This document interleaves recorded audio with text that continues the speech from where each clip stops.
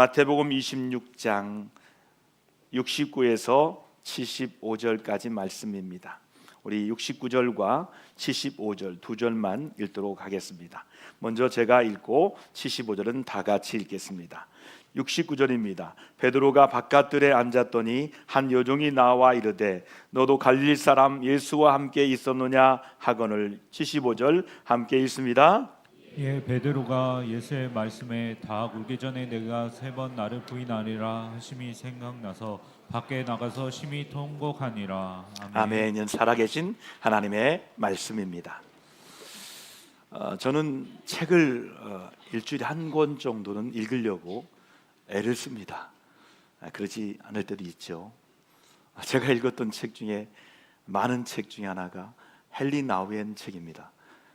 두란노에서 편집한 책입니다. 계속해서 나오고 있어요. 헨리 나우엔 책에 이런 글이 나와 있어요. 후회란 쓰라린 기억이고, 죄책감은 자신을 고소하는 기억이고, 감사는 즐거운 기억이다. 그러나 고백은 과거를 정리하고 새로운 시작으로 가는 길이다. 이런 기록이 나와 있었어요. 여러분, 많은 사람들은 이 과거의 고통을 잊어버리려고 자꾸 잊으려고 합니다. 그러나 개인적으로 국가적으로 과거의 상처는 잊으려고 하지만 우리 속에 잠재된 무의식의 상처로 남아 있을 뿐입니다. 우리가 그것을 기억하지 않는다 해도 그것이 저절로 치유되는 것이 아닙니다. 예를 들어 볼까요? 과거에 내가 남의 물건을 훔쳤어요. 그것을 잊어야지 한다고 잊혀지는 것이 아닙니다. 우리는 상처 입은 기억들을 가능하면 망각의 무의식으로 이끌어 가려고 하지만 우리 주님은 오히려 그 망각의 구석에서 그 아픈 기억들을 끄집어내어 우리의 삶의 한 부분으로 상기시키고 치유하신다는 거예요. 여러분, 예수님이 뭐라고 하셨습니까? 건강한 자에게는 의원이 쓸데없다, 병든 자에게 쓸데있다 라고 말씀하셨어요.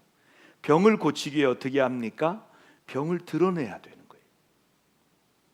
병을 드러내야 고치는 거예요. 여러분, 죄에서 용서를 받으려면 자기 죄를 고백해서 드러내야 되는 거예요. 그래야 용서받고 치유가 되는 거예요. 그래서 성경은 이렇게 말씀하고 있어요. 성경 말씀 같이 읽어볼까요?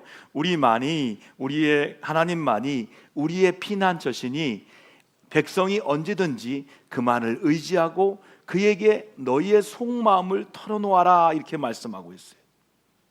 여러분, 한 해를 마무리하는 마지막 주일이죠. 마지막이라는 것은 왠지 모르게 우리를 쓸쓸하게 만듭니다. 그러나 마지막은 마지막이 아니라 새로운 시작이라는 것을 알아야 돼요. 그래서 이 졸업이라는 말을 끝이 아니라 다음으로의 시작을 의미하지요. 초등학교를 졸업하면 중학교의 시작을 냅니다. 대학교를 졸업하면 사회의 시작입니다. 이 땅의 졸업은 영원한 천국으로 시작됩니다. 그러므로 한 해를 보내는 이 마지막 주일을 마지막이라기보다는 새해를 맞이하는 준비하는 마지막이 되어야 진정한 의미가 있는 것입니다. 그러므로 새롭게 한 해를 잘 정리하고 하는 사람은 한 가지 꼭 필요한 것이 있어요. 그것이 뭔지 아십니까? 바로 고백이 있어야 되는 거예요. 고백이 이때 진정한 정직한 고백이 있어야 되는 거예요. 자신의 양심과 하나님 앞에 진실한 고백되지 않는다면 새로운 시작이 될 수도 없고 아무런 결과도 낼 수가 없다는 거예요. 열매가 없다는 거죠. 여러분, 사울이라는 사람 아십니까? 사울은 하나님의 선택받아 초대 왕이 되었어요. 이스라엘의 첫 번째 왕은 사울 왕이에요. 하나님 말씀에 불순종하고 자기 생각대로 행동했어요. 그러자 사무엘 선지자가 책망합니다. 책망할 때마다 사울은 말로는 이렇게 회개합니다. 내가 범죄한 나이다. 다시는 그러지 않겠습니다. 겉으로 고개를 숙이고 눈물까지 보이며 잘못을 인정하는 듯 합니다. 그러나 시간이 지나면 또다시 같은 불순종을 반복합니다. 이 아말렉을 진멸하라, 헤렘의 하나님의 명령을 어깁니다. 그리고 백성들을 핑계로 삼았고 결국은 자신의 왕권을 지키는데 더 마음을 두었어요. 그때 사무엘이 이렇게 말합니다. 순종이 제사보다 낫고 듣는 것이 수량의 기름보다 낫다. 결국 하나님은 사울을 왕으로 세우신 것을 후회하셨습니다. 사무엘은 더 이상 사울을 찾아가지 않았어요. 말로는 회개했지만 행동으로 옮겨지지 않는 고백이었기 때문이에요. 사울의 고백은 여러 번 있었지만 그 고백은 그의 삶을 바꾸지 못했어요. 마침내 하나님과의 관계가 깨어지고 말았어요. 사랑하는 성도 여러분, 행동으로 이어지는 고백은 100번 해도, 행동으로 이어지지 않는 고백은 100번 해도 별로 소용이 없어요. 한 번의 고백이라도 삶의 방향을 바꾸는 고백, 우상의 자리를 떠나게 하는 고백, 끝까지 변하지 않는 고백이 오늘 우리에게 있어야 할 줄 믿습니다. 행동으로 옮겨지지 않는 이런 고백은 100번을 해도 소용이 없다고 말씀드렸잖아요. 한 번 한 고백이 영원히 변하지 않는 그런 고백이 우리에게 있어야 한다는 거예요. 여러분, 한 해를 마무리하는 이때 여러분은 올 한 해의 첫머리를 한번 기억해 보세요. 올해에는 나는 이런 일을 하고 이런 일을 안 한다고 얼마나 마음의 고백을 했습니까? 나 올해 1년 동안 성경 한번 읽을 거요, 새벽기도 잘 나올 거요, 그리고 수요예배도 드릴 거요, 이렇게 했는데 처음 나가다가 어느 수에 다 까먹잖아요. 그래서 또 시작하는 거예요. 창세기부터. 창세기 하다가 끝내는 거예요. 아니, 교회를 다녔으면 성경을 한 번 정도는 읽어봐야 하잖아요. 안 읽어요. 못 읽어요. 그래서 우리가 저녁마다 같이 읽자가는 거예요. 공동체로 읽자. 그러면 나도 모르게 읽어지거든요. 여러분, 교회는 말씀의 공동체예요. 기도의 공동체예요. 모이면 말씀 읽고 기도하는 공동체가 될 때 나 혼자 못한 일을 함께 할 수 있다는 거지요. 여러분, 우리 마음속에 있는 모든 고백이 삶이 되기를 주의 이름으로 축복합니다. 지난 한 해를 다시 한번 반복하지 않는 내년 한 해가 되지 않기를 축복합니다. 그런데 한 해를 마무리하는 오늘 돌아보면 부끄러운 고백들이 많이 있잖아요. 변하지 않는 고백을 자신에게 하는 사람이 미래에 승리하는 사람이 되는 거예요. 하나님이 축복하고 동행하는 사람은 바로 변하지 않는 고백을 하는 사람이에요. 미국의 오바마 정부 때 백악관 국가장애위원 차관보를 지내던 우리나라 사람 박동우 씨가 있어요. 그는 신체 장애와 고달픈 삶을 극복한 봉사의 헌신적인 삶을 살아온, 그는 미국 장애인의 경제적 자립을 위해 힘을 보태고 싶다라고 말했던 그였습니다. 이 고백은 삶으로 이어집니다. 한쪽 팔을 못 씁니다. 양 다리 못 쓰는 사람에 비해서 이건 아주 미미한 것입니다. 그는 3살 때 소아마비를 걸립니다. 왼쪽 어깨부터 왼팔까지 전혀 쓰지 못해요. 하지만 그에게 왼팔 장애는 큰 문제가 되지 않습니다. 오히려 어려운 장애인과 노인들을 돌보는데 헌신적인 삶을 사는 계기가 되었다고 고백합니다. 한 손이 불편하지만 1998년 LA 마라톤 대회에서 6시간 12분 동안 완주하기도 했습니다. 고등학교도 했던 1970년 5월에 아버지 따라 미국에 이민 왔는데 LA로 건너가서 아버지는 정원사로, 어머니는 청소일을 했습니다. 그리고 방과 후엔 일을 거들었다고 합니다. 3남 3녀 중 장남인 그는 이민의 고달픈 짐을 부모와 함께 져야 했습니다. 어려운 환경 속에서 박 씨는 남캘리포니아 USC 경영학을 전공했고 직장 일을 하면서 그는 장애인과 노인을 위한 자원봉사를 활동을 계속했습니다. 캘리포니아주 오렌지 카운티 노인국과 교통국에서 자문위원으로 있으면서 한인사회 장애인과 노인들의 교통편을 제공하기 위해서 55만 달러를 지원비를 따내기도 했습니다. 26년에 통신회사 생활을 잘 마무리합니다. 20여 년 전 조기 퇴직한 그는 오렌지 카운티의 지역은행인 농상은행 가든글로브 지점의 부지점장, 지점장을 일하고 있습니다. 여러분, 자신에게 한 변함이 없는 고백이 오늘의 박동우 씨를 차관보로 만들게 된 거예요. 여러분, 우리 인생이라는 하는 고백으로 시작돼서 고백으로 끝나는 게 우리 인생을 알아야 돼요. 결혼 서약 고백하잖아요. 요즘은 지들 마음대로 하더라고요. 주례도 없어요. 고백도 없어요. 그냥 결혼해버려. 그냥 고백이 없는 결혼식이 요즘 많아요. 결혼 서약 고백하잖아요. 지난주 세례문답 고백했잖아요. 간단히 대답하지만 예라는 그것을 가지고 인생을 사는 거예요. 실패한 관계 회복은 고백으로부터 시작되는 거예요.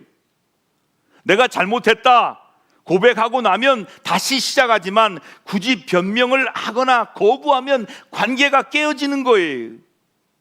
여러분, 우리 신앙도 믿음의 고백으로 구원받습니다.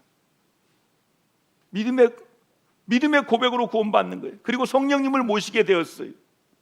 성경은 우리에게 이렇게 말씀해요. 같이 읽어볼까요? 사람의 마음으로 믿어 의에 이르고 입으로 시인하여 구원에 이른다. 할렐루야. 고백의 힘이 이렇게 큰 거예요. 어떻게 구원받습니까? 선한 일 아니에요. 믿음의 고백으로 구원받는 거예요. 고백을 통해서 구원을 받는 거예요.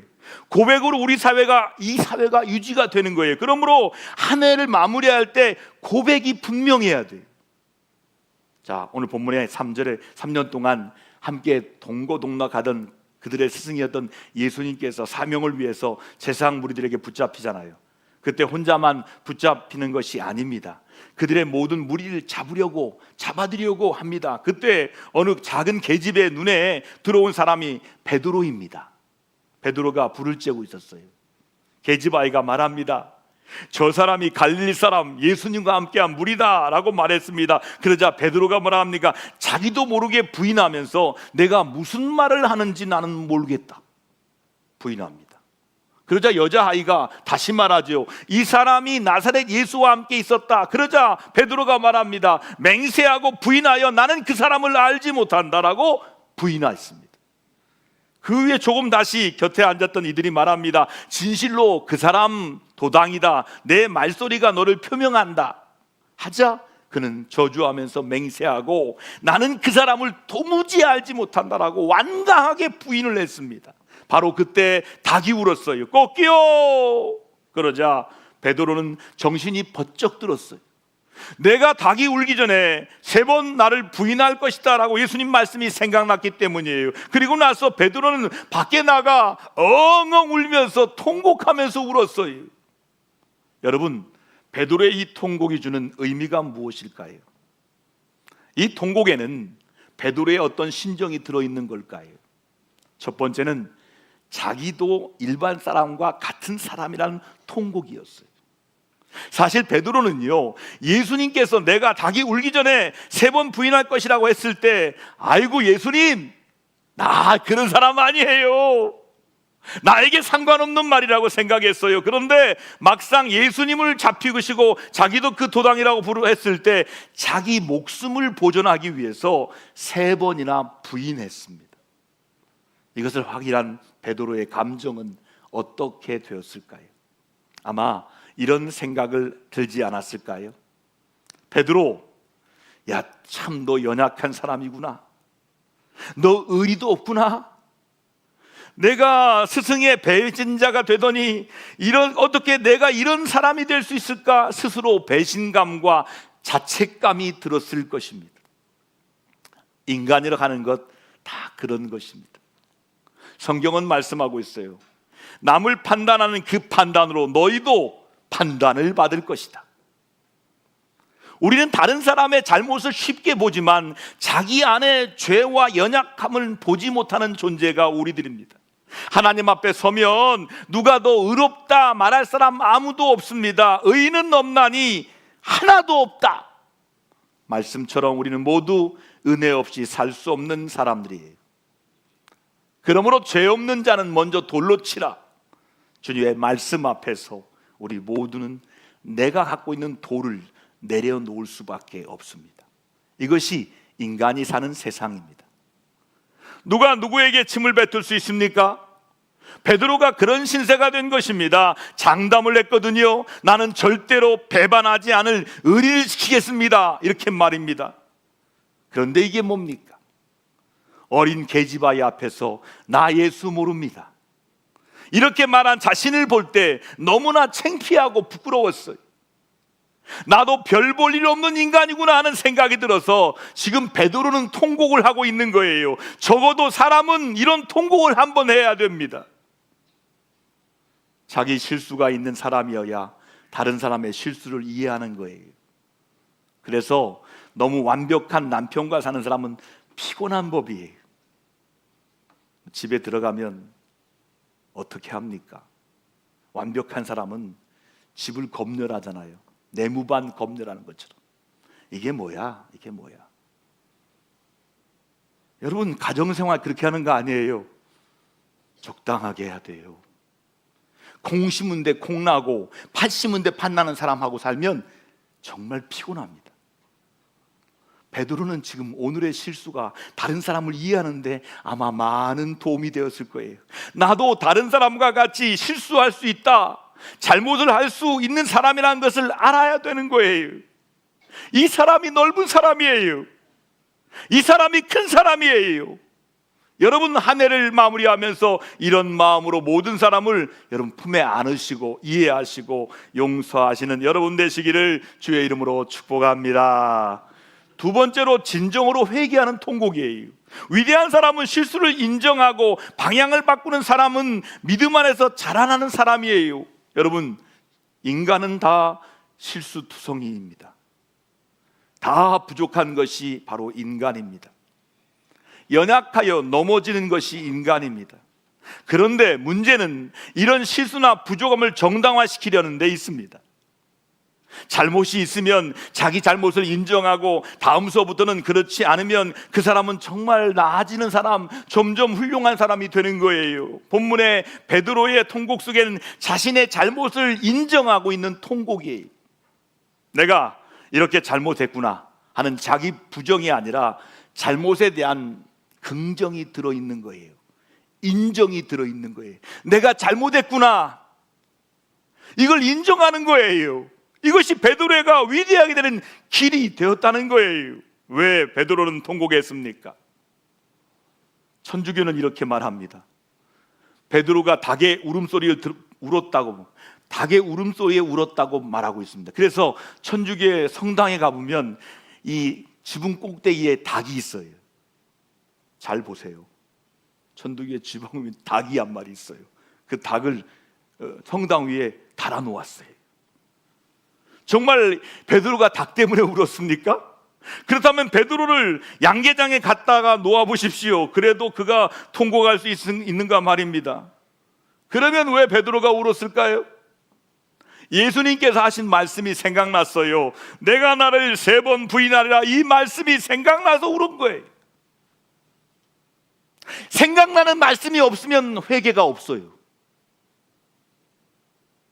말씀이 입력이 안 된 사람들은 회개가 없는 거예요. 왜요? 말씀이 없으니까, 기준이 없으니까. 그런데 말씀이 입력됐잖아요. 내가 나를 3번 부인하리라, 이 말씀에 입력된 말씀이 생각나서 울었던 거예요.